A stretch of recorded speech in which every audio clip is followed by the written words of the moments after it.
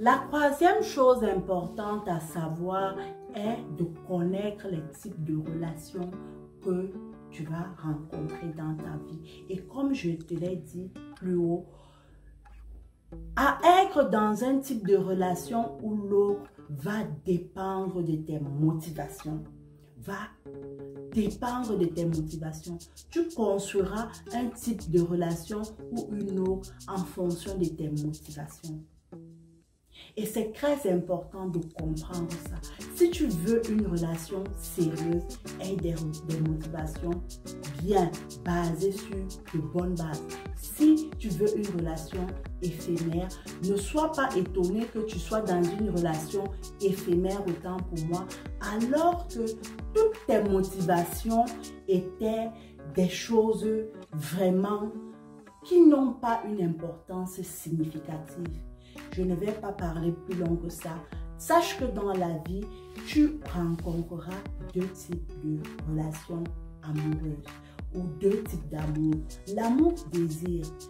L'amour-désir, c'est cet amour qui est basé sur l'égoïsme, sur le moi, sur la satisfaction de tes plaisirs internes, sur la satisfaction de ton bien-être personnel. Tant que toi, tu es heureux dans la relation, tu t'en fous de ce que ton partenaire ou ta partenaire ressent. Tout ce qui est important, c'est toi.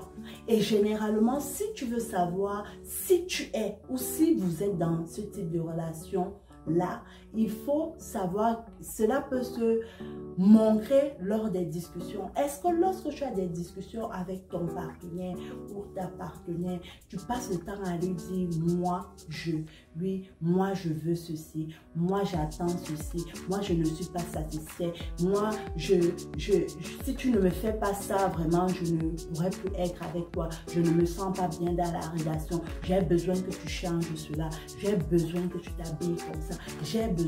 En fait, tout est centré sur toi-même, sur ton désir personnel, sur ce que tu veux, sur ce que tu attends, mais aucunement tu ne penses à ton partenaire.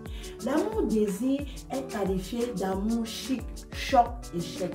Chic, pourquoi? Parce que c'est un amour idyllique où tu vois que ton partenaire sur son beau jour. Tu ne vois que la relation sur le beau jour. Vous serez toujours amoureux, vous allez toujours vous blottir dans les bras, vous allez toujours être langoureusement, je ne sais pas moi quoi, vous allez passer des journées à vous dire je t'aime. En fait, cet amour-là, dans ce type d'amour-là, on idéalise l'autre, on idéalise la relation. C'est comme si on était dans un autre monde en fait. Ensuite, l'amour-désir sera qualifié de chèque parce que c'est un amour-intérêt. Tu es avec l'autre personne parce que cette personne va t'apporter quelque chose, que ce soit financièrement, que ce soit pour ton équilibre émotionnel, que ce soit pour le plaisir que tu as de marcher avec elle et de dire aux autres que tu es avec cette personne. En fait, généralement, ce type d'amour est basé sur un intérêt, même sexuel, pour le plaisir que l'autre t'apporte. Hormis cela, vous n'avez rien d'autre à partager ensemble. Et enfin, l'amour-désir est qualifié d'amour choc parce que très souvent dans ce type de relation, si on a 2 heures de temps, on passe 2 heures, on passe 1h30 dans la chambre à s'amouracher, à avoir des rapports sexuels, mais on évite de passer du temps à se regarder l'un l'autre, à réellement s'intéresser à l'autre.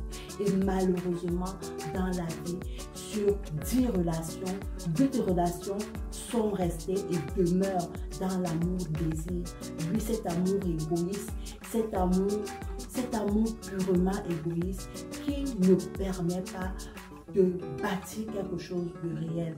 Même après 8 ans de relation, même parfois mariés, plusieurs sont restés dans l'amour-désir. Et c'est cet amour-désir qui malheureusement conduit plusieurs de nos relations amoureuses vers le mur.